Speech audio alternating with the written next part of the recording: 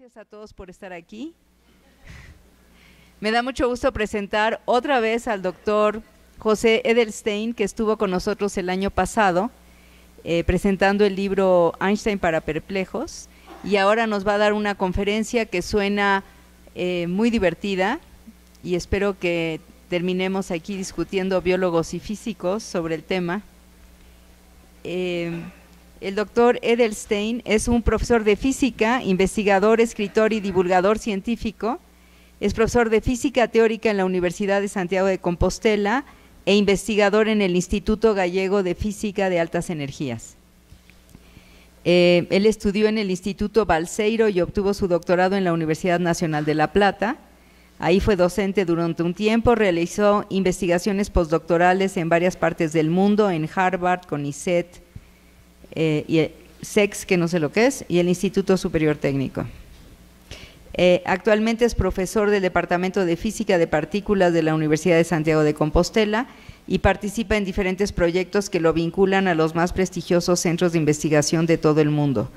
Sus trabajos están relacionados en campos como teoría de cuerdas y con los fundamentos de las teorías de la gravedad cuántica, que tratan de unir a la mecánica cuántica y la teoría de la relatividad. Dedica su tiempo de divulgación científica en diarios, revistas, artículos de divulgación en países como Argentina, Brasil, Chile, España, Italia y Portugal. Y fue reconocido por sus trabajos con los premios de divulgación científica del Centro Español de Física de Partículas, Astropartículas y Nuclear, el Premio de Comunicación Científica de la Fundación Española para la Ciencia y la Tecnología 2000 y diversas menciones de honor en el Concurso Internacional de Ciencia en Acción. Junto con el chileno Andrés Gomberov, ha escrito algunos de estos libros: Antimateria, Magia y Poesía, Einstein para perplejos, que ya nos presentó, y además fue coautor con el físico Gastón Giribet del libro Cuerdas y supercuerdas, la naturaleza microscópica de las partículas y del espacio-tiempo, para una colección de la RBA, donde presentan la teoría de cuerdas para un público general. José, muchas gracias por estar aquí. Espero que sea la segunda, pero no la última, y que sigas viniéndonos a visitar cada año.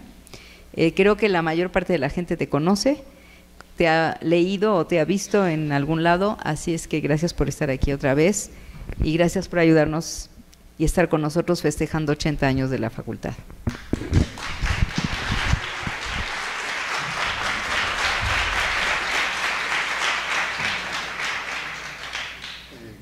No sé si estoy conectado. ¿Sí? No. Hola, hola. Este es el de la cámara. Este es el de la cámara, pronto. Ok, ahora sí. No me di cuenta. Bueno, muchas gracias a la decana por la invitación para compartir una celebración en la cual, como en toda celebración, como en todo cumpleaños, hay un regalo, así que yo le quiero hacer un regalo a la facultad. En nombre, voy a entregar a la decana, de un libro que no sé si va a ser muy útil aquí porque está escrito en otra lengua, pero me parece que en un país multicultural y con tantas lenguas como México, no ofende agregar una lengua más a la biblioteca. Hace muy pocos meses se publicó en España, en mi universidad, La breve historia del tiempo en gallego, que todavía no existía esta versión en gallego, y me encargaron la escritura del prólogo. Entonces el libro es una bonita edición de tapa dura, que me pareció el regalo que yo podía darle a la Facultad de Ciencias para ser parte de este, por darme el privilegio de ser parte de esta celebración. Así que, Katy, te quiero dar el libro, Una breve historia del tiempo, bueno, una breve historia do tempo. Gracias.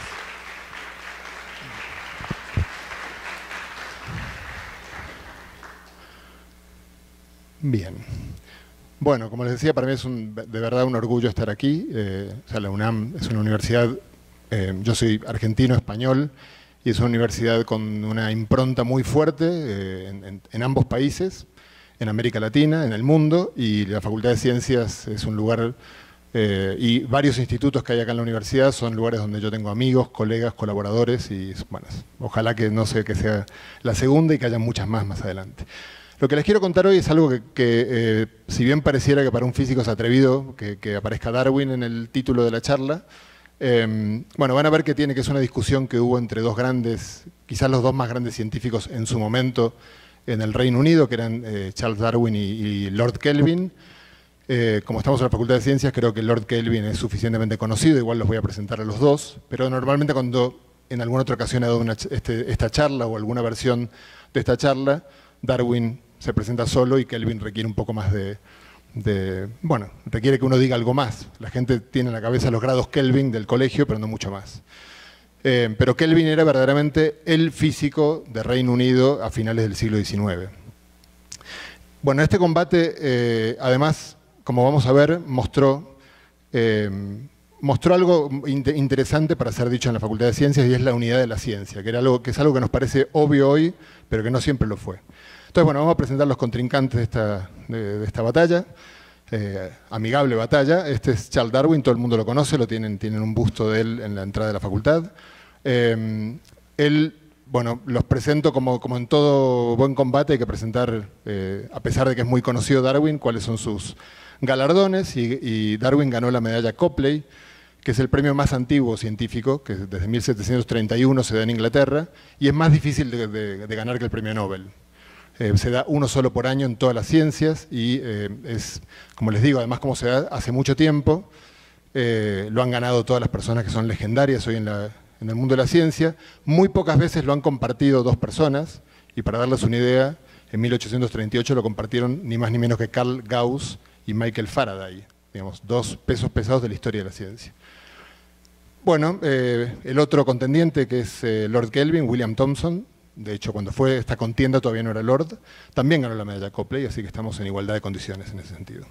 Bueno, ¿de qué se trata esta controversia? La controversia apareció cuando hace casi exactamente 160 años Darwin publicó El origen de las especies, en noviembre del 59, y bueno, más o menos conocen el contenido de cuál es la idea de la tesis de Darwin, pero en una parte del libro Darwin se preguntó por con qué ritmo tenía que ocurrir la evolución, cuánto tardaban en evolucionar las especies, y entonces para buscar un modelo sencillo se fue a un valle que hay en el sudeste de Inglaterra y se preguntó cuánto se tardaría en formar este valle, un valle que se forma por procesos de erosión.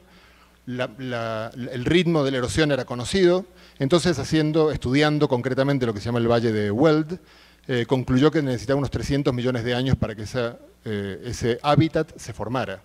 Entonces, si hacía falta ese tiempo para que el hábitat se forme, era el mínimo que necesitaba para que la evolución pudiera ocurrir, porque para que evolucionaran las especies que vivían allí, como mínimo tenía que existir el hábitat, ¿no? Entonces, escribió concretamente en el libro, está escrito en la primera edición, que él, para que sea cierta la teoría, necesita que al menos durante 300 millones de años haya existido la Tierra. Bueno, inmediatamente, este es Lord Kelvin, acá no lo reconocen porque acá era muy jovencito, y es que a los 16 años Kelvin publicó un paper en el cual calculó la edad de la Tierra. Y el resultado que obtuvo en ese trabajo es que la Tierra tendría algunas decenas de millones de años. Dentro de un rato les voy a explicar cómo lo calculó, y van a ver que el cálculo era perfecto, era obviamente simplificado, pero en una buena medida perfecto y difícil de discutir. Entonces, cuando Kelvin se enteró de que Darwin había sacado este resultado, ya Kelvin era bastante más mayor que en esta foto y estaba consagrado, bastante consagrado, bueno, lo tomó irónicamente, dijo que estas personas que trabajan en campos alejados de la física a veces llegan a conclusiones que no obedecen los principios elementales de la física. Entonces, déjenme, antes que nada, vamos a ver el tema de la edad de la Tierra. Como les voy a mostrar dentro de un rato, Kelvin también cuestionó la edad del Sol, y de hecho con la edad del Sol era bastante más grave el problema. Entonces, ¿cuántos años tiene la Tierra? Obviamente dar la charla hoy, cuando probablemente todos sepan de una manera u otra cuál es la edad de la Tierra, es una serie en la cual ya saben al final quién es el asesino. Pero déjenme contarles, porque es muy interesante, casi diría que con cualquier idea científica es muy interesante ver cómo se llegó a esa conclusión, porque no es nada obvio la edad que hoy sabemos que tiene la Tierra. Entonces, el primero que quizás escribió algo sobre la edad de la Tierra fue un arzobispo que se llamó James Ussher, y que hizo un estudio de lo más curioso, que normalmente se lo suele presentar en forma jocosa, como algo gracioso, pero que yo creo que tiene su mérito. O sea, lo que hizo Ussher fue agarrar la Biblia y fijarse todo lo que relataba la Biblia, cada reinado, cada vida de cada persona mencionada en la Biblia, y sumó los años. Y tuvo el cuidado, Ussher nació en 1581, en 1582 se cambió el calendario, hubo un cambio de calendario, el calendario gregoriano, en el cual se perdieron 11 días. De hecho, en el año cuando él tenía un año, digamos, se pasó del 4 de octubre al 15 de octubre, digamos, no hubo los días intermedios, porque se ajustó el calendario al calendario gregoriano y lo tuvo en cuenta. Y llegó a la insólita conclusión de que la creación de la Tierra ocurrió el mediodía del 23 de octubre del año 4004 a.C. Insisto, o sea, parece gracioso, pero en particular no dice el mediodía dónde, y como bien sabemos hoy, no, el mediodía aquí no es el mismo mediodía que el de Madrid o que el de La Habana. Pero tiene su mérito porque lo hizo con mucho cuidado, muy trabajosamente, y bueno, hizo lo que podía hacer. En ese momento no podía hacer mucho más que eso para preguntarse por la edad de la Tierra. Con el tiempo, acá les voy a mencionar, que no es mi idea que se acuerden mucho de lo que les estoy comentando acá, pero son algunos de los hitos de personas que se fueron dando cuenta de cómo había elementos del entorno que nos permitían, que tenían que ver con el paso del tiempo, y que por lo tanto, estudiándolos minuciosamente, uno podía llegar a concluir algo concreto respecto de la edad de la Tierra. Entonces, no es completa la lista, ni tampoco no es exhaustiva, pero Nicolás Steno se dio cuenta de la existencia de los estratos geológicos. Digamos que si uno ve estratos geológicos, lo que está más abajo es más antiguo. Hoy nos parece una obviedad, pero no siempre lo fue. Luego Robert Hooke sugirió que los fósiles podrían servir para establecer una cronología, y esa frase que hoy parece muy graciosa, bueno, en el momento no era nada obvio, dijo, parecen ser más viejos que las pirámides, por lo tanto parecen hablar de cuando todavía no había quizás cultura. Bueno, luego James Hutton lo que se observó, digamos, se planteó, se dio cuenta que observó que habían quiebres en los registros, en los estratos geológicos, y pensó en la idea de que cada tanto hubiera grandes catástrofes que modificaran dramáticamente la superficie de la Tierra, y que esa fuera la forma en la que el planeta fue creciendo desde su infancia. Pero vamos a llegar a Charles Lyell, que fue de hecho amigo de Darwin y fue interlocutor de Darwin y fue quien más influyó a Darwin en su forma de pensar. Lyell lo que fue, digamos, el adalid de lo que se llamó el gradualismo geológico. Perdón, que es la idea de que no, que en realidad la evolución de la Tierra ha sido esencialmente lenta. Darwin se apropió de esta idea, y esta idea era muy cercana, digamos, a lo que fue el corazón de la evolución, por la adaptación de las especies. Sin embargo, Kelvin, como les digo, digamos, había dicho que como mucho, cuando surgió este debate, que empezó a debatir con un montón de geólogos y biólogos, él rehizo el cálculo que había hecho antiguamente, que insisto, dentro de un ratito les muestro cómo era el cálculo, y concluyó que, bueno, dándoles, en el mejor de los casos, digamos, él podía, tomando, por supuesto que había un montón de variables en el cálculo que él hizo, que eran que él no podía poner con exactitud los valores, entonces él dijo, tenía un abanico de posibles valores, el menor y el mayor, entonces dándoles la mayor cortesía, digamos, a los geólogos de la época, la Tierra podía tener unos 400 millones de años, pero más que eso, imposible. Halley, el del cometa, tuvo una idea fantástica, se dio cuenta que cuando un líquido se evapora y el líquido tiene sal, la sal no se evapora, por lo tanto los mares deberían ser cada vez más salados. Entonces, si pudiéramos medir la salinidad del mar con mucha precisión, y lo podemos hacer con el paso del tiempo, y descubrimos cuál es el ritmo con el cual se va haciendo salada, podríamos calcular desde cuándo empezó este proceso. Entonces, hubo varias personas que lo intentaron de varias maneras, las tienen ahí abajo, las tres que yo elegí.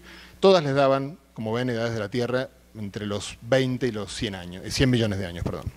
Entonces vamos al argumento de Kelvin. ¿Por qué Kelvin decía que la Tierra no podía tener esta edad?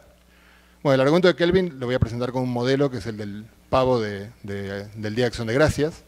Imagínense que el pavo del Día de Acción de Gracias lo están cocinando.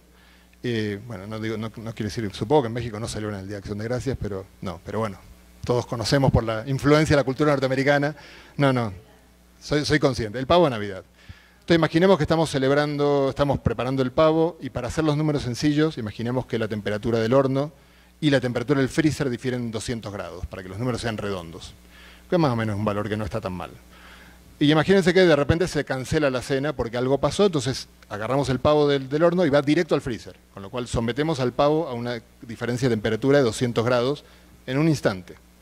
Entonces, bueno, Kelvin, que para los que no lo conozcan mucho, fue uno de los padres de la termodinámica y sabía de termodinámica, ahí no se iba a equivocar, sabía que el pavo se va enfriando de afuera para adentro por conducción del calor. Entonces, bueno, si uno ve el modelo de cómo se va propagando el calor, en este caso del pavo de adentro hacia afuera, para que se vaya enfriando de afuera hacia adentro, uno puede ver que lo que ocurre es lo siguiente. Si, por ejemplo, imagínense que, estos son números que me los inventé para que sean redondos, imagínense que en 5 minutos se enfría, lo que va ocurriendo es que se va enfriando de afuera para adentro, o sea, el interior del pavo sigue cocinándose durante un buen rato. Mientras tenga la temperatura de cocción, se sigue cocinando. Eso es algo que, bueno, yo soy muy mal cocinero, pero es bueno saberlo. En particular soy mal cocinero, pero no tengo en cuenta estas cosas, que aquí las comprendo, pero cuando estoy en la cocina me las olvido. Bueno, imagínense que en 5 centímetros se enfrió en 5 minutos, perdón, el primer centímetro del pavo. Con lo cual, bueno, un centímetro son 10 milímetros, eso quiere decir que el exterior del pavo ahora está a la temperatura del freezer, el interior sigue a la temperatura que estaba, la diferencia es 200 grados, en 10 milímetros me da un gradiente de 20 grados por milímetro. Y lo que ocurre a partir de ahí, según las leyes de la conducción del calor, es que si uno deja pasar 20 minutos, o sea, bueno, se enfría el doble, bueno, déjenme poner todos los números para que los puedan ver ya todos juntos, si uno deja pasar 20 minutos se enfría el doble, lo que va ocurriendo es que va cayendo el gradiente, se va reduciendo a la mitad y a la mitad y a la mitad a medida que el tiempo se multiplica por un factor 2 a la n, digamos. ¿Ven? Como ven, ahí ven los números. De hecho, uno podría usar esto para sacar el pavo del freezer, ver cuál es el gradiente térmico y saber cuándo la persona metió el pavo en el freezer. Y, aunque no lo crean o quizás algunos lo sepan, en la antigüedad, cuando no había otros medios, algunos detectives usaban este método para saber ante un asesinato cuándo había ocurrido el asesinato. Introducían un dedo en alguna cavidad del cadáver, que no sé cuál era, y veían el gradiente térmico, y con el gradiente térmico, conociendo la conductividad del calor de un cuerpo humano, que es aproximadamente la misma para todos, con variaciones menores, se podía saber si la persona había sido asesinada 1 hora antes o 10 horas antes. Entonces, si uno conoce el gradiente térmico, la idea de Kelvin es que la Tierra alguna vez se formó, era piedra líquida y que por enfriamiento se convirtió en una roca como es hoy. Entonces él dijo, si yo conozco el gradiente térmico, puedo calcular y conozco las propiedades de la roca, digamos, la conductividad térmica de la roca y la temperatura de fusión de la roca para saber qué temperatura tenía antes de empezar a enfriarse, puedo calcular qué edad tiene la Tierra. Entonces, claro, el gradiente térmico. Uno tiene que ir a minas, a lugares donde haya grandes pozos y ver cuánto vale la diferencia de temperatura en, no sé, en una caída de 100 metros, por ejemplo. Y Kelvin era un señorito que no iba a andar haciendo eso, pero tomó datos que había en la literatura y había un abanico de valores. O sea, no es igual en cualquier sitio de la Tierra. Por lo tanto, él tenía un abanico de valores desde el menor al mayor. Y luego, claro, la piedra de la que está hecha la Tierra no está hecha de una sola piedra. Entonces lo que hizo fue, esa es la única simplificación que hizo Kelvin, es decir, bueno, voy a tomar una piedra representativa de todas las piedras que forman la Tierra, que tiene una temperatura de fusión de 3.900 grados centígrados, y tomando el abanico este que les dije, que le daba de 20 a 400 millones, era justamente si él jugaba con estos números a favor de los geólogos o en contra de los geólogos. Si uno dibujara la curva de enfriamiento de la Tierra, donde ahí tienen los 3.900 grados de la temperatura de fusión de la piedra, si uno conoce el gradiente, uno puede extrapolar la curva y hacerla hasta el final. O sea, esto es la temperatura por profundidad en el planeta. Y entonces, ahí arriba ven como una especie de abanico cuña marrón. Esa cuña marrón son el gradiente desde el más pequeño hasta el más grande que Kelvin vio. Y las curvas correspondientes son las curvas, las curvas que ven ahí. Y entonces cada curva corresponde a una edad de la Tierra. Y ahí así él podía decir que la Tierra no podía tener más de unos 400 millones de años, que era usando el gradiente más pequeño de todos los disponibles. Bueno, de hecho hoy, si usamos los números de hoy, porque claro, Kelvin usó los suyos, pero hoy en día tenemos mucho más control de cuál es el gradiente, la constitución física de la Tierra, etc. El valor que nos daría sería entre 24 y 96 millones de años. Es muy divertida la siguiente historia, digamos, para ver cómo en ese momento no era obvio que un argumento de un físico valiera para un geólogo. Kelvin participó de una reunión, de la reunión principal de geología en Inglaterra, y tuvo una discusión con este señor Andrew Ramsay, que entiendo que era un importante geólogo, que se los voy a transcribir acá porque es muy divertida. Kelvin le dijo, ¿cuánto tiempo precisa para que ocurra? O sea, le estaba explicando a Ramsay todo lo que era la teoría dominante de la época, que era el gradualismo. Entonces le estaba diciendo, hablando de procesos que necesitaban muchísimo tiempo, pero a él le daba un poco igual cuánto tiempo era. Entonces Kelvin le dice, ¿cuánto tiempo precisa para que ocurran esos fenómenos? Él le dice, no podría sugerir un límite de tiempo. Entonces Kelvin le dice, ¿no supondrá que la historia geológica tuvo lugar durante 1000 millones de años? Ciertamente lo supongo, le dijo, con flema británica. 10.000 millones de años, está bien. El Sol es un cuerpo finito, le dijo Kelvin. Puedo decir cuántas toneladas tiene. Entonces, ¿cree que puede haber brillado 1000 millones de años? Y esta fue la respuesta, que es una respuesta que hoy sería increíble que un científico diera esta respuesta. Dice, soy tan incapaz de estimar y entender las razones que ustedes, los físicos, tienen para limitar el tiempo geológico, como ustedes incapaces de entender nuestras razones geológicas. Y Kelvin, que era un duro, digamos, y no tenía problema en decir cosas muy fuertes, le dijo, usted puede entender el razonamiento de los físicos perfectamente si se esmera en ello. Porque los cálculos están ahí y uno los puede entender. Como bien sabemos, la ciencia puede ser explicada y puede ser entendida. Entonces, déjeme, antes de volver al tema de la edad de la Tierra, ir un segundito a la edad del Sol. Los argumentos de Kelvin con la edad del Sol son distintos a los de la Tierra, porque acá no hay gradiente térmico que pueda medir, pero tenía básicamente 3 argumentos. Entonces, el primero era que uno sabe cuál es la masa del Sol, eso es algo que se sabe desde los antiguos griegos. Creo que ahí me pasé un poquito, pero se sabe hace mucho tiempo, me pasé bastantes siglos me pasé. La distancia al Sol, desde luego, desde la antigüedad, pero la masa probablemente no. Bueno, lo que hizo Kelvin fue decir, a ver, el Sol tiene tal masa, está claramente en combustión, nos llega la energía producto de esa combustión. Entonces, bueno, ¿cuál es el producto más eficiente de combustión que conocemos? Entonces, se fijó cuál era el producto más eficiente de combustión que se conocía. Más eficiente en el sentido de que duraría más. ¿Cuál sería el producto que haría durar más el Sol? Y concluyó inmediatamente que el Sol no, se apagaría en 3000 años. Entonces, bueno, él se dio cuenta, obviamente, que 3000 años se quedaba corto, incluso para registros históricos de la humanidad, para lo que en ese momento era el conocimiento dominante de la época, que eran las ideas religiosas sobre la historia del mundo. Entonces se le ocurrió, claro, pero estos 3000 años podrían mejorarse si hubiera, como en los hornos, alguien que está tirando carbón adentro del horno. Entonces, ¿quién puede estar tirando carbón en el Sol? Bueno, vemos meteoritos frecuentemente, por lo tanto, ¿qué pasa si hay meteoritos que están cayendo sistemáticamente sobre el Sol y están convirtiendo su energía cinética le están entregando su energía cinética al Sol y eso mantiene el Sol más tiempo caliente? Ahora, claro, Kelvin hizo las cuentas, obviamente las leyes de Newton de la gravitación se conocían ya muy bien, y no podía ser que cayeran infinitos meteoritos, porque si no, Mercurio se desestabilizaría, o sea, habría otro tipo de problemas. Entonces calculó cuántos meteoritos pueden caer para que no haya problemas astronómicos, y llegó a la conclusión de que con un 47avo de la masa de la Tierra por año no había problemas. Entonces con eso podía extender bastante más la vida del Sol. Y por último, que esto lo voy a comentar un poco menos, se le ocurrió la idea de que, bueno, claro, puede que le queden al Sol 3000 años, pero no sé cuántos lleva antes, digamos, no sé desde cuándo arrancó. Entonces empezó a tener algunas ideas sobre la teoría de formación del Sol, parecida a la formación de la Tierra, y concluyó que podía llevar bastante más atrás la vida del Sol, pero de ninguna manera, ninguno de sus cálculos le daba más de 30 millones de años. Por lo tanto, no podía haber transcurrido 300 millones. Si no hay Sol, difícil pensar que haya vida, ¿no? Eso parece una conclusión bastante obvia, así que parece imposible que la evolución ocurra como dice Darwin. Darwin, de hecho, Darwin fue, como todos saben, muy atacado por la Iglesia, pero este ataque particular de Kelvin, que de un científico con argumentos contundentes y de alguien reconocido en la academia, para él fue el ataque más duro.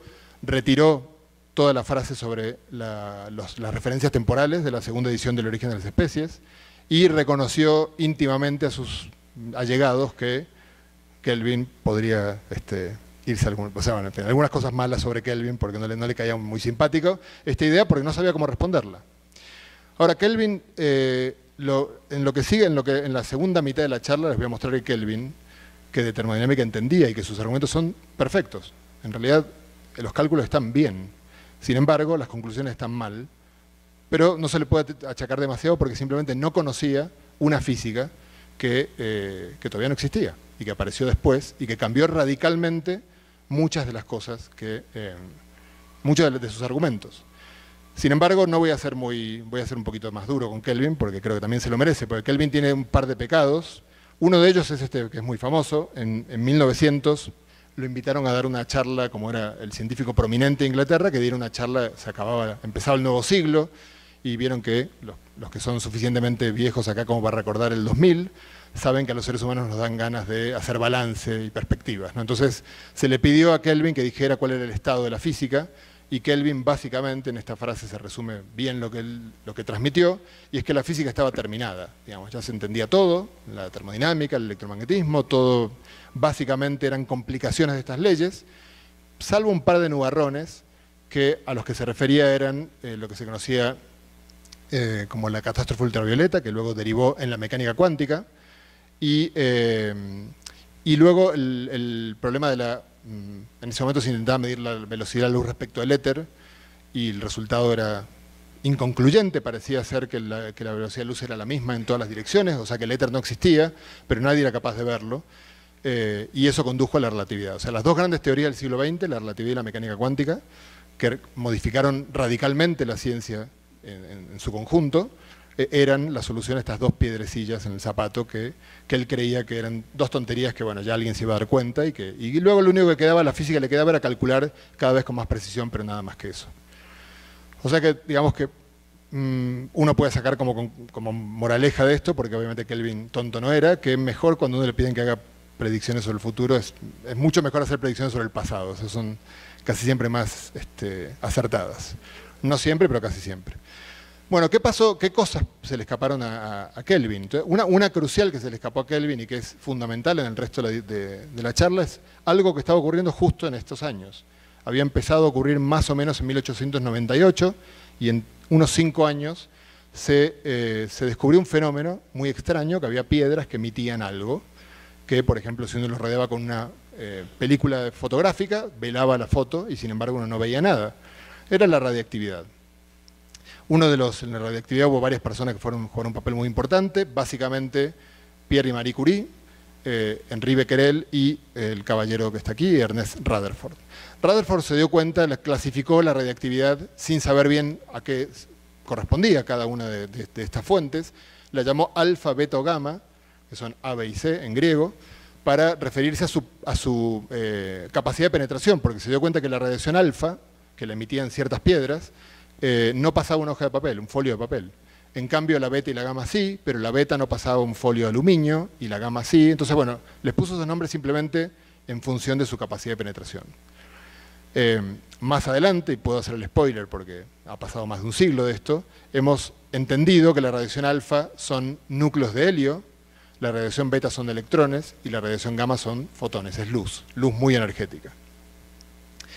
En esos mismos años, había muy poco antes de 1900, Thomson había descubierto el electrón y planteó el primer modelo atómico. La idea del átomo en ese momento no era ni mucho menos aceptada universalmente, pero mucha gente la consideraba una idea auxiliar muy útil, funcionaba muy bien para calcular reacciones químicas, pero que de verdad existieran átomos era algo que estaba en duda.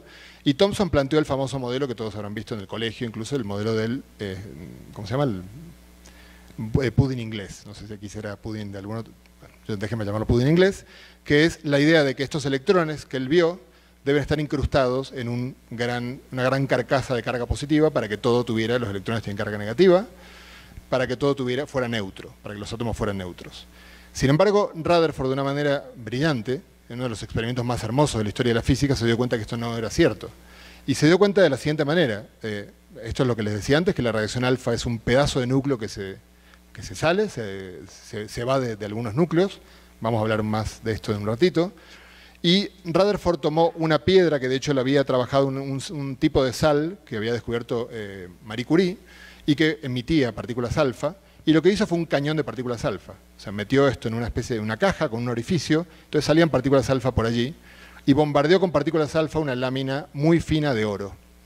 Entonces, si era cierto el modelo de Thomson, si los átomos verdaderamente eran como el pudding inglés, los electrones y los protones todos juntos, los electrones y el núcleo, digamos, todavía los protones no existían. Por cierto, los protones los descubrió Rutherford. Estaban todos juntos. Entonces, una partícula alfa que tiene carga positiva, porque es un núcleo de helio, si se fijaron bien, tenía 2 protones y 2 neutrones. Estoy mezclando cosas cronológicamente, digamos, hoy lo sabemos, así que déjenme usar esa información.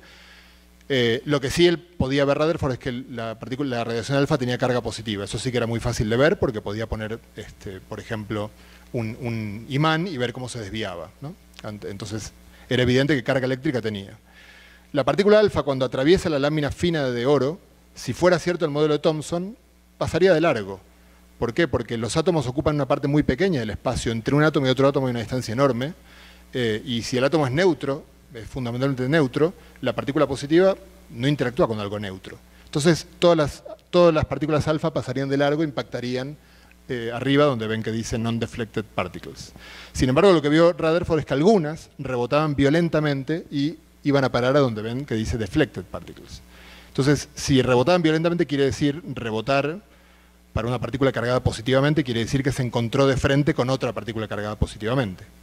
Entonces, viendo cuántas rebotaban versus cuántas pasaban, se dio cuenta de que la carga positiva estaba concentrada en una parte muy pequeña del átomo, que hoy sabemos que es el núcleo. O sea que Rutherford descubrió el núcleo atómico de esta manera.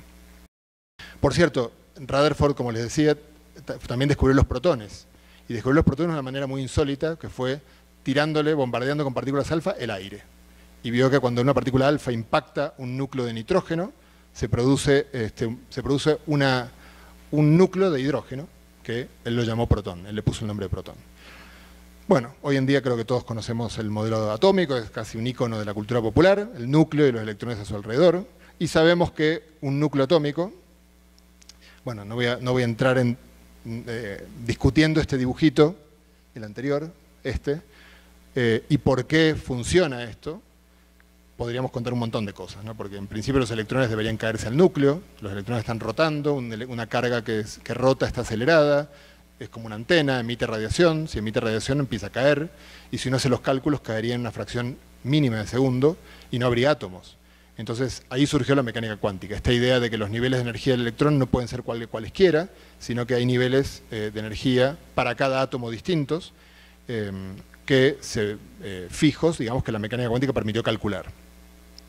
Pero vamos al núcleo, que es lo que me interesa. En el núcleo tenemos protones y neutrones.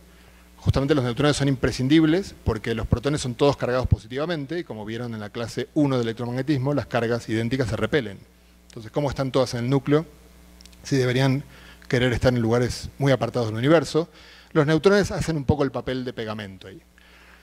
Pero como hacen el papel de pegamento los neutrones, fíjense, cuando uno pega, les habrá pasado, a mí me pasa frecuentemente porque soy muy malo con las manos, cuando uno quiere pegar, no sé, una estampilla, los que se acuerdan de lo que es una estampilla, o cualquier cosa que uno quiere pegar con pegamento, uno nunca sabe si puso mucho o poco del pegamento, ¿no? Esa duda que uno tiene, y efectivamente uno puede poner poco, mucho, muchísimo, y cada una de esas cosas tiene sus ventajas en términos de que eso no se despegue. No siempre poner mucho es mejor para que no se despegue.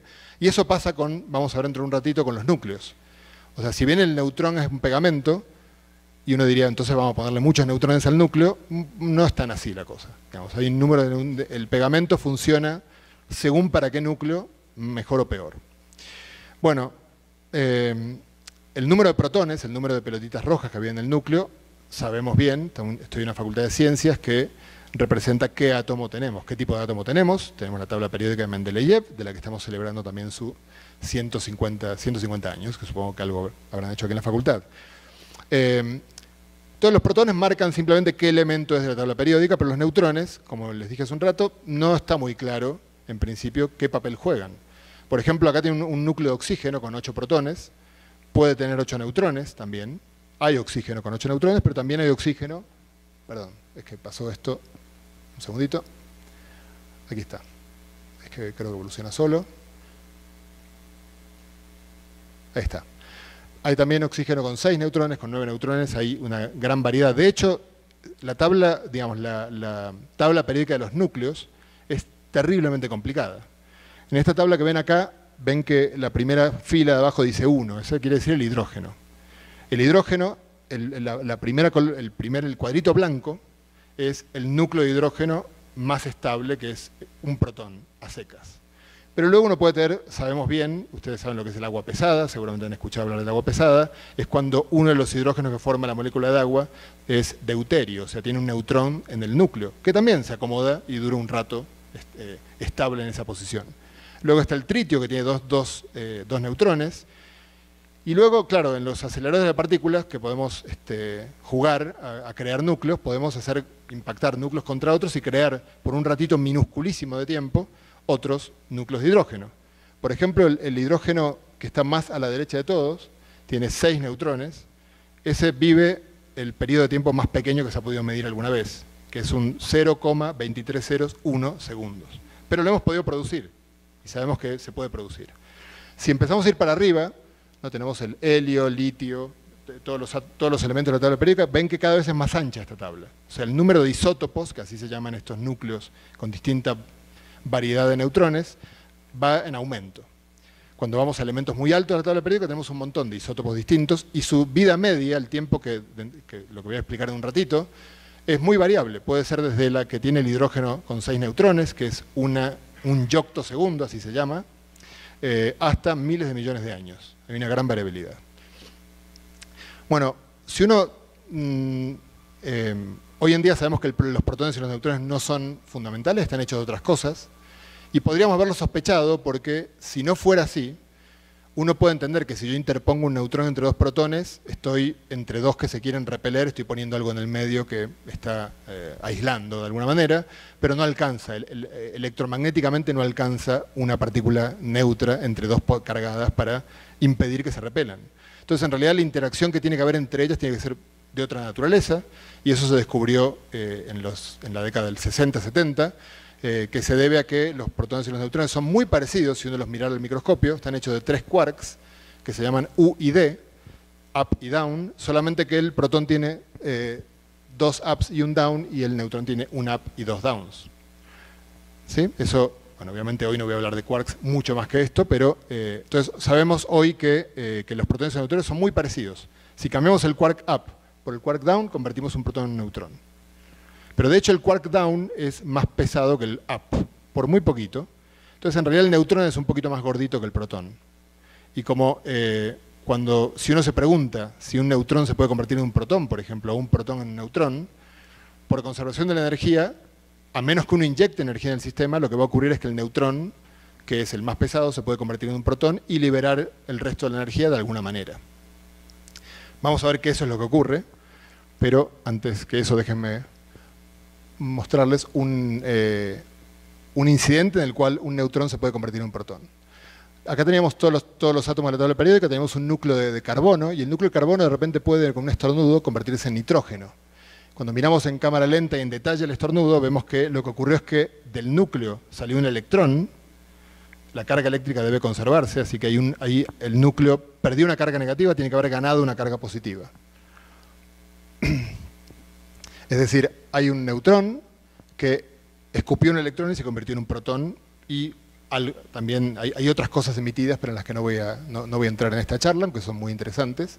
Hay otra partícula llamada neutrino que también se descubrió por este tipo de procesos. Ahora, fíjense algo muy extraño. Un protón, hasta donde sabemos, nadie nunca vio un protón convertirse en otra cosa.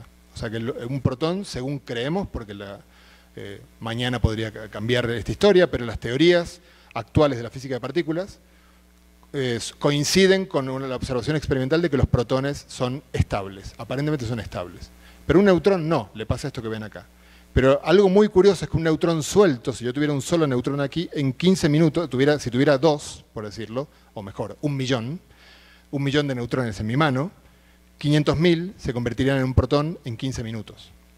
Sin embargo, en el átomo de carbono, esos mismos neutrones en el átomo de carbono tardan 5.700 años, 5.730 años para ser más precisos, en convertirse el neutrón en un protón y el carbono 14 convertirse en nitrógeno. ¿Por qué digo que se convierte en nitrógeno? Porque si hay un neutrón que emite un electrón y se convierte en un protón, acuérdense que el número de protones me dice qué elemento de la tabla periódica es el del que estoy hablando, quiere decir que he pasado al elemento de la derecha en la tabla periódica. Bueno, una vez que uno se da cuenta de eso, que uno cuando emite un electrón pasa al elemento derecho de la tabla periódica, uno se da cuenta que la radiación alfa, en la cual un núcleo pierde 2 protones, porque pierde un átomo de helio, cuando un núcleo pierde una partícula alfa, pasa 2 lugares a la izquierda de la tabla periódica. Entonces volvamos un segundito a la tabla periódica y miremosla con un poco más de interés incluso monetario, porque vemos por ahí el oro, el elemento 79, y seguro que hay unos cuantos que están mirando cuáles están al lado, porque quizás los elementos al lado del oro son baratos, me compro de esos elementos y espero a que un decaimiento beta o un decaimiento alfa me convierta aquello que tengo en oro. Pero lamentablemente sabemos hoy, o quizás no, quizás sea una buena cosa porque tampoco sé qué sentido tiene el oro en particular, pero bueno, es más caro producir ese proceso que sacar el oro de las minas. Entonces, pero en principio sí que ocurre eso. Cuando una partícula, imagínense que tuvieran ustedes platino, que es el elemento que está a la izquierda del oro, si el platino emitiera una partícula beta, que es un electrón, se convertiría en oro. Y si el talio, que está 2 lugares a la derecha del oro, emitiera una partícula alfa, se convertiría en oro. Entonces la emisión de radiación transmuta unos elementos en otros, y esto es crucial para que la naturaleza tenga la variedad de elementos que conocemos, y en definitiva para que haya vida, porque si no hubiera todos estos elementos no habría vida. Como creo que todos seguramente saben, los únicos elementos que se produjeron en el Big Bang son los más livianos de la tabla periódica, el hidrógeno, el helio y un poco de litio, y luego algunos elementos, hasta el hierro, se forman, si miran la tabla periódica, hasta el hierro, que está el 26, o sea que está relativamente arriba en la tabla periódica, se forman en el corazón de estrellas, pero del hierro para abajo se forman en eventos mucho más violentos que ocurren en el universo y que ahora hemos podido hace muy poquito comprobar en forma fehaciente de que ocurren cuando pares de estrellas chocan y terminan explotando y produciendo todo el resto de elementos que vemos en la tabla periódica, sin los cuales no habría vida en la Tierra. Bueno, en todas estas ideas de la radiactividad y de la constitución del átomo, de la estructura electrónica del átomo, de los fenómenos que tenían que ver con los átomos, terminó de entenderse en 1927 en esta famosa reunión en Bruselas, en la cual se establecieron las bases de la mecánica cuántica.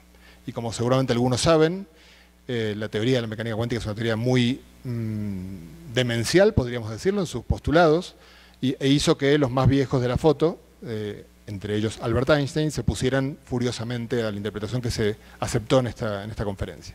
Sin embargo, hasta el día de hoy funciona muy bien esta interpretación y Einstein estaba equivocado en esta posición que él tenía. Una de las cosas que ocurre en el mundo de la cuántica es algo que se podría representar por este gráfico que ven acá. Si uno quiere saltar una pared y la energía disponible en nuestras piernas no es suficiente para saltarla, pues no importa lo que hagamos, vamos a chocar con la pared y no vamos a pasar al otro lado.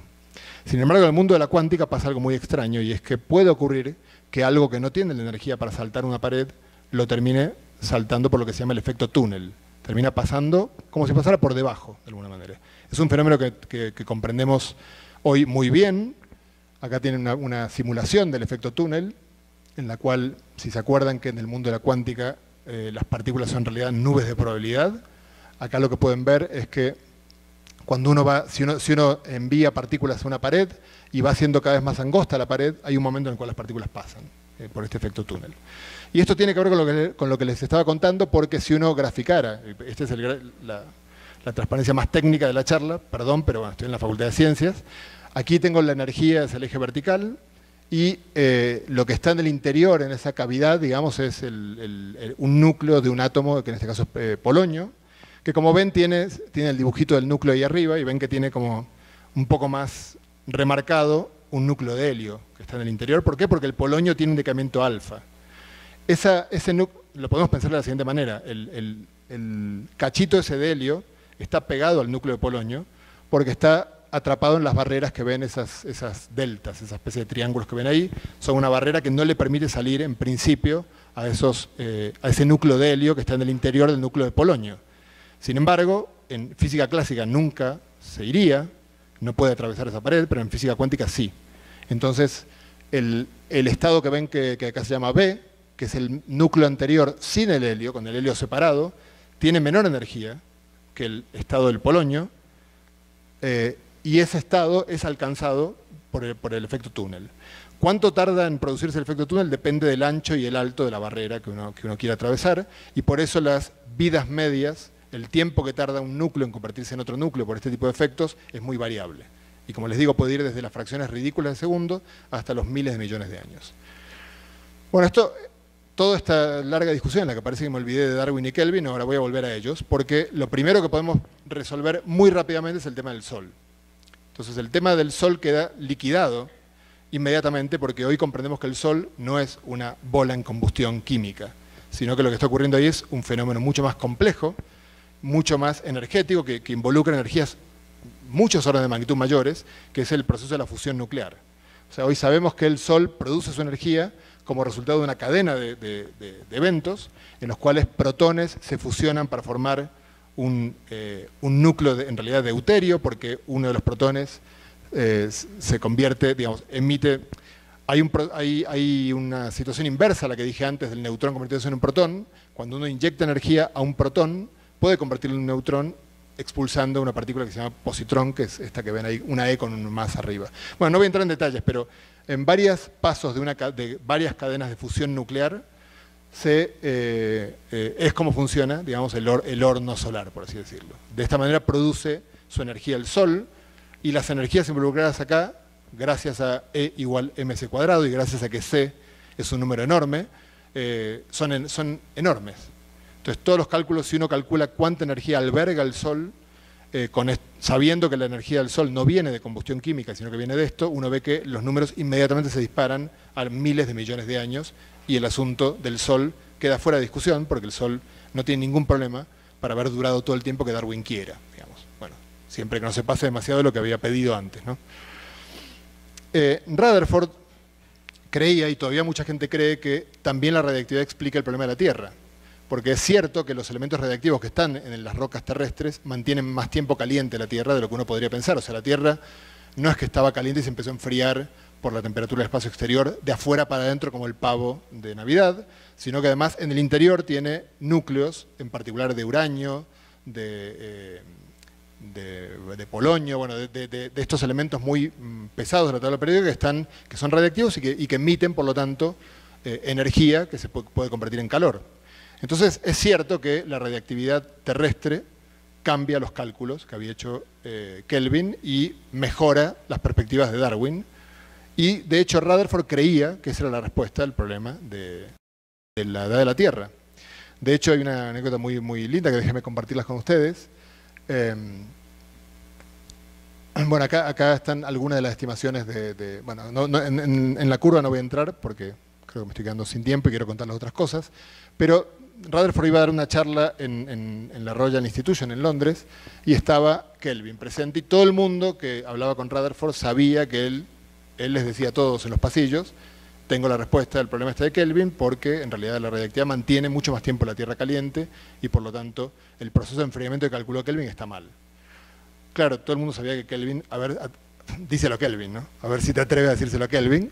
Entonces justo resulta que Rutherford iba dispuesto, supuestamente Kelvin no iba a estar en esta conferencia, y entonces todo el mundo le iba a contar esto, y de repente cuando ve en primera fila, así como yo veo acá algunos colegas ilustres sentados en primera fila, lo ve a Kelvin. Entonces, bueno, traga hondo y dice, bueno, por supuesto no voy a contar nada. Bueno, acá lo pueden ir leyendo. Entré en el auditorio, que estaba medias oscuro, y noté de inmediato la presencia de Lord Kelvin en la audiencia.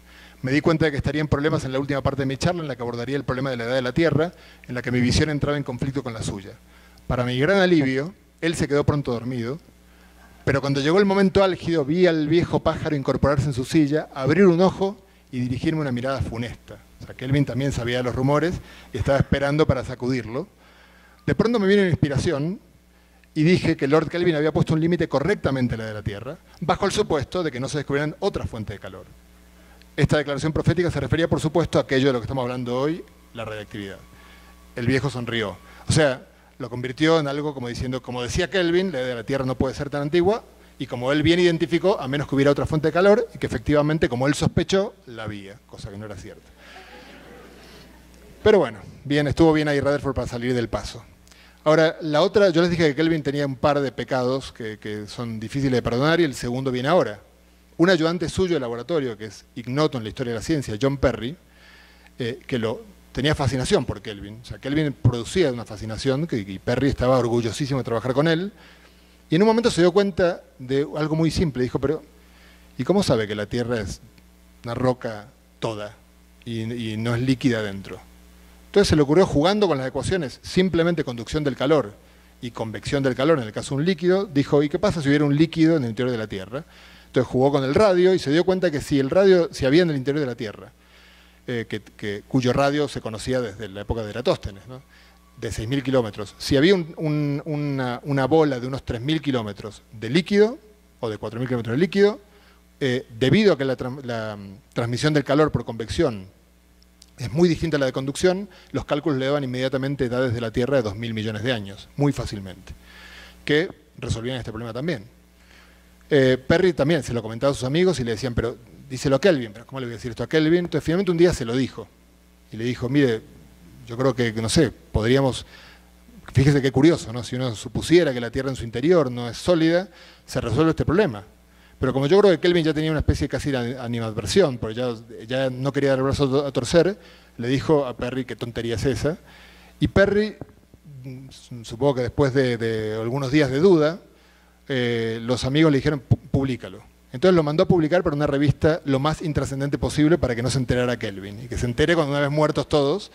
Entonces lo mandó a publicar esta revista y se sintió tan abochornado que dejó el laboratorio y dejó la ciencia. Se fue a trabajar en la industria y dejó la ciencia, y tenía razón, Descubrimos de hecho, muy poco después de Perry, a principios del siglo XX, descubrimos que efectivamente la Tierra tiene una enorme esfera líquida en su interior, de metales líquidos, y acá tienen el cálculo, bueno, yo no les voy a dar los detalles, pero cómo cambia la curva azul, era el tipo de curvas que teníamos antes, de la variación de la temperatura. Perdón, acá directamente estoy poniendo la edad de la Tierra versus el gradiente térmico, si hubiera solo conducción en un medio sólido, y la curva verde es si hay un medio líquido en el interior, y ven que la curva verde, tomando los gradientes que había medido Kelvin, los gradientes que había medido Kelvin son la franja marrón esa que está allí, con la curva verde llegamos a más de 2.000 millones de años. Y efectivamente esta es la respuesta definitiva al problema de la Tierra. La Tierra es mucho más vieja de lo que uno creería con buenos argumentos termodinámicos, porque en su interior no es sólida. Ya que estamos a veces las coincidencias son bienvenidas, y para hacer un poco de contacto con lo que se trató antes de esta charla en este mismo lugar, déjenme contarles que un increíble hallazgo hecho por una persona, creo que en los años 20, una persona que murió hace poco, porque vivió 104 años.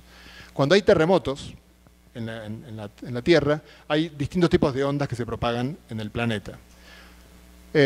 Unas en particular, además de que están las superficiales, que son las más dañinas para los edificios, y acá en México es un lugar del que más bien me tengo que sentar yo ahí que me cuenten ustedes, porque ustedes saben más que yo de eso, pero luego las que se propagan en el interior de la Tierra son ondas que se llaman de tipo P y de tipo S. Las de tipo P son, si se imaginan, rebanadas de pan, de estas, no sé cómo se llama aquí, el pan Bimbo, pan Lactal. Las ondas tipo P son como si uno apretara el pan como un acordeón, ¿no? Lo apretara y lo soltara como un acordeón. Y las ondas tipo S son tangenciales, son como si uno hiciera mover las fetas de pan en dirección tangencial al eje, digamos, del conjunto de rebanadas.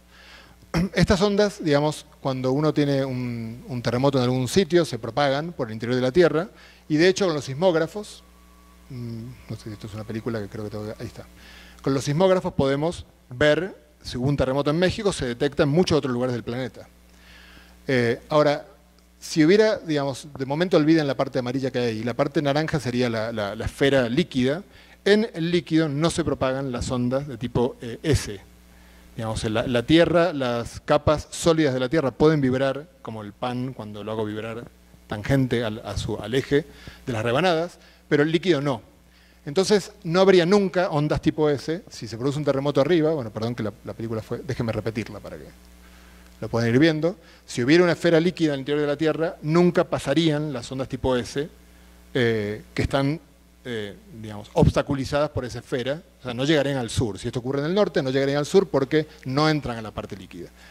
Las ondas tipo P entran a la parte líquida, que son las que están viendo ahora, pero en principio cuando entran se produce un fenómeno muy conocido en ondulatorio, que es el de refracción. La capa líquida las enfoca hacia el polo sur. Entonces en total habría toda esta zona que ven en la que no llega ninguna onda, esa zona que ven ahí, si esto fuera el polo norte sería entre el meridiano -15 y el -55, y el paralelo, -15 y paralelo -55, no habría nada. Uno pondría un sismógrafo y no detectaría nada.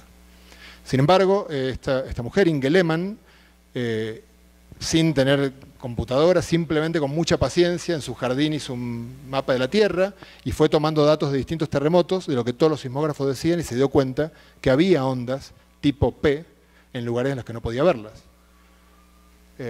Y concluyó, se le ocurrió la brillante idea de que quizás lo que ocurría es que dentro del líquido había una esfera sólida, entonces las ondas tipo P que sí entran al líquido, rebotaban con la esfera sólida y podían ir a parar a todos esos ángulos que son los que en principio están prohibidos.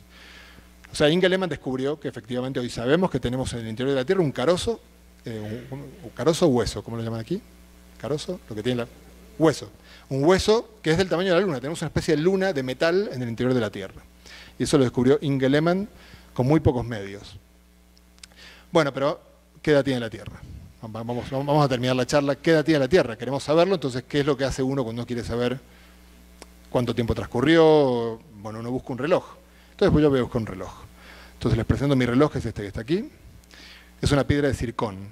Acá lo tienen en su versión de joyería. Ahora después se lo voy a mostrar en la versión recién sacada de la montaña. Voy a usar la piedra de zircón por el siguiente motivo. La estructura cristalina del zircón. El zircón es un cristal, tiene los átomos dispuestos espacialmente de una manera muy concreta.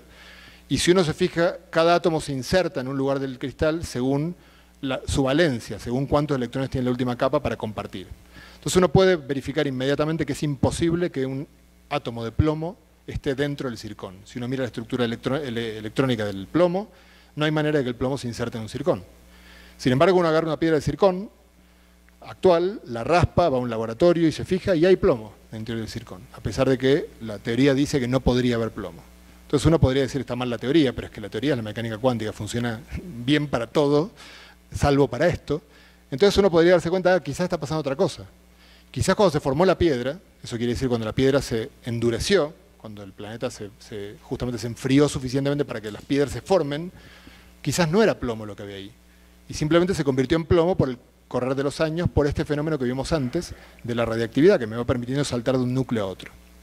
Entonces, de hecho, déjenme mostrarles un par por ejemplo, si yo tomo el uranio 238, que es un núcleo bastante conocido, este núcleo se convierte en torio después de un cierto tiempo, que dentro de un ratito lo voy a comentar, emitiendo una partícula alfa. Y luego el torio, después de un cierto tiempo, se convierte en proctatinio, emitiendo una partícula beta, y así sucesivamente. Hay toda una cadena de decaimientos. Si yo les dije antes, les hablé de la vida media, déjenme simplemente mostrar una curva, ya que estoy en la Facultad de Ciencias. Si yo tengo 100 elementos rojos, 100 núcleos rojos, en una vida media, la mitad se van a haber convertido en grises, digamos que se convierten en grises, se convirtió la mitad en grises. Otra vida media, la mitad de la mitad, otra vida media, la mitad de la mitad de la mitad. Entonces, si yo miro, tomo estos 100 núcleos y veo cuántos grises y cuántos rojos hay, sé cuánto tiempo pasó desde el instante cero en el cual eran todos rojos. Ahora, el punto clave acá es tener un instante T0. Cuando se identifican la antigüedad de un registro orgánico con el carbono 14, el punto clave es que nosotros cuando vivimos, comemos e inhalamos aire con carbono 14. Pero cuando morimos, dejamos normalmente de comer y respirar. Entonces dejamos de incorporar carbono 14 y empezamos a perderlo por radiactividad. Entonces por eso viendo la cantidad de carbono 14 de un cuerpo, podemos saber cuándo dejó de comer y respirar. Sobre todo si ocurrió, ¿se acuerdan que era 5.700 años la vida media? O sea que si involucran miles de años, funciona muy bien. Si involucran millones de años, no. No podemos usar el carbono 14 para los dinosaurios porque ya no queda nada de carbono 14.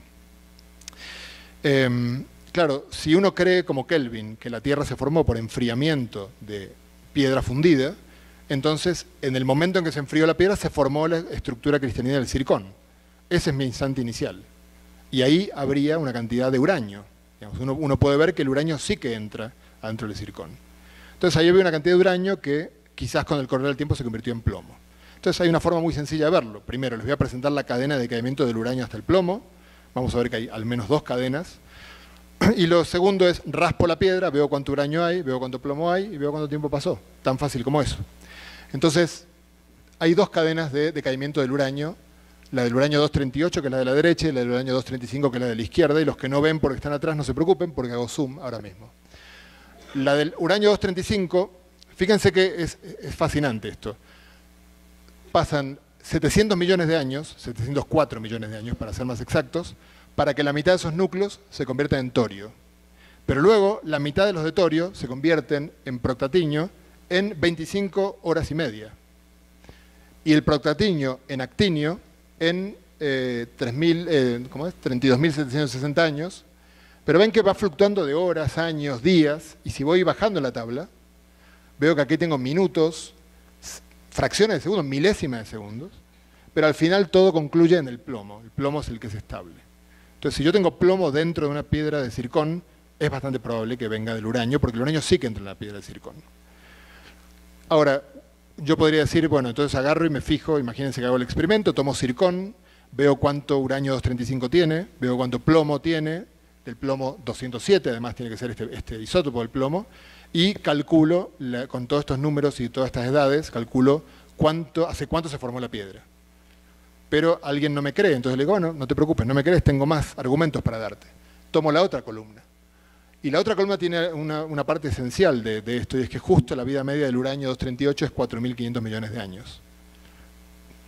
Entonces, de vuelta, el uranio se convierte en torio, que en 27 días se convierte en proctatiño, que en 27 días en uranio, y etcétera. La cadena va hasta el plomo nuevamente. Pero otro plomo, el 206.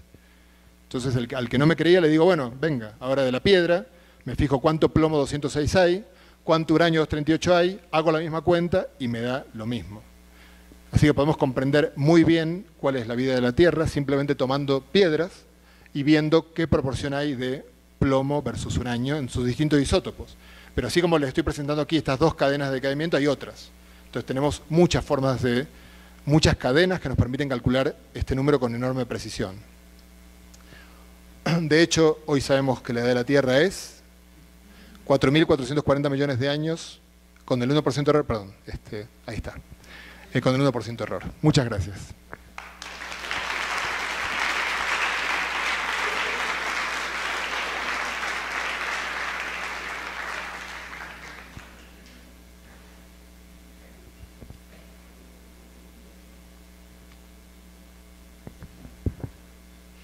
Supongo que pueden haber preguntas o...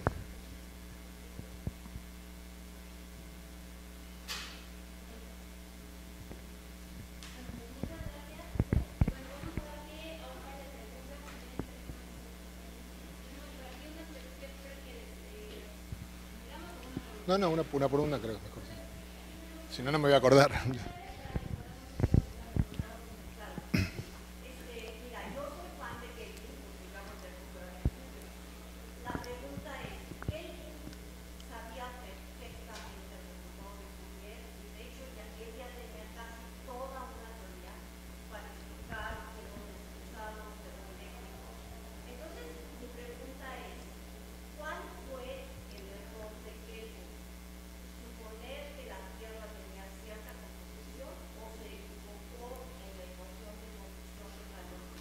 No, digamos, las 2 cosas que se equivocó, que de vuelta yo creo que es injusto decir que se equivocó porque son cosas que uno, siempre ocurre en la ciencia que uno cuando hace algo, hay hipótesis que están claras, pero hay otras que uno, por prejuicios, da por sentado y que luego, claro, uno no se da cuenta hasta que alguien dice, ¿por qué estás suponiendo esto? No, yo no estoy suponiendo nada, es lo que...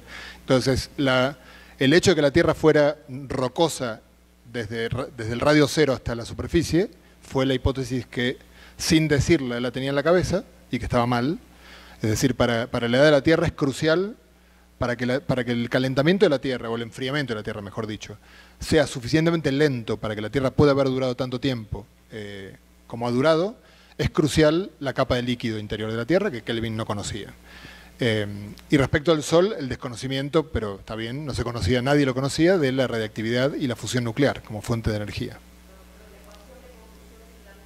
La ecuación estaba perfecta, por supuesto. No, sí, en termodinámica, por eso digo que es una bonita controversia, porque Kelvin no estaba equivocado a pesar de que lo estaba, digamos, en cierto sentido. Exactamente.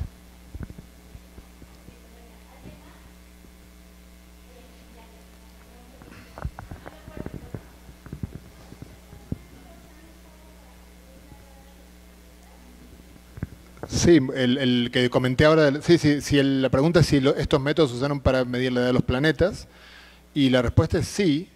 A ver, siendo, digamos, estrictos y rigurosos, nosotros para poder medir la edad de un planeta deberíamos poder hacer lo mismo con una piedra del planeta. Entonces, en algunos sitios hemos estado, ¿no? Hemos estado en la Luna, entonces hemos traído piedras de la Luna y hemos podido comprobar que la Luna es tan antigua como la Tierra.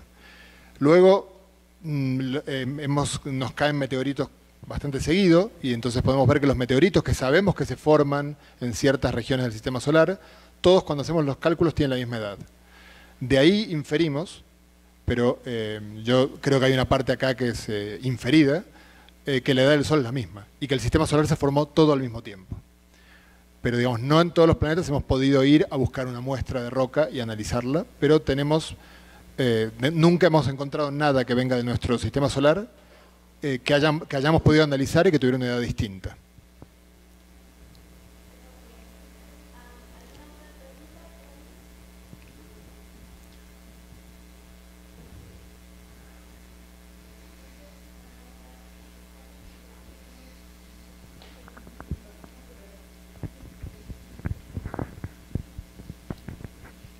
¿Alguien que se arrepiente y quiere hacer una última pregunta? ¿Otra pregunta? Ahí está, siempre ahí está el que se arrepiente el último momento.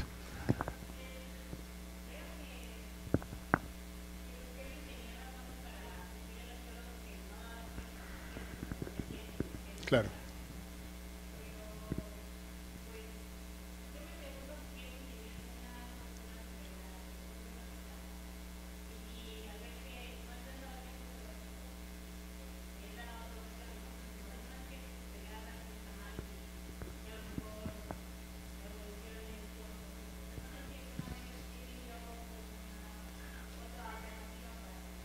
Yo tampoco lo sé, o sea, no he leído todos los escritos de Kelvin para estar seguro de eso. O sea, supongo que él no se habrá metido en ese fregado, como decimos en España. Digamos, creo que los científicos de cierta envergadura, y Kelvin lo era, son muy prudentes a la hora de meterse en jardines que no conocen. Entonces, lo que él sí decía, y se indignaba porque además porque encontraba que los geólogos le decían, pero ¿por qué nos da argumentos de físicos? Eso es en la facultad de física, no en la de geología.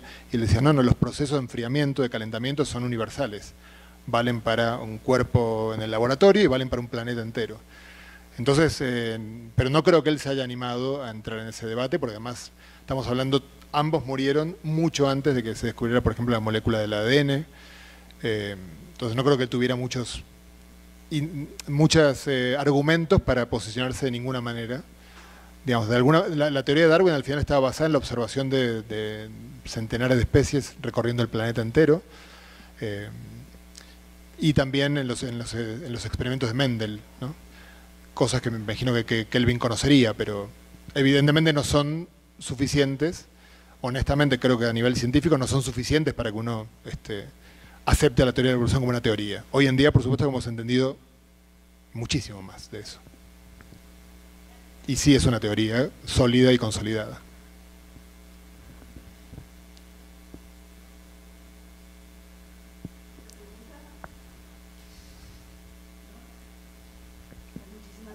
Bueno, gracias a ti.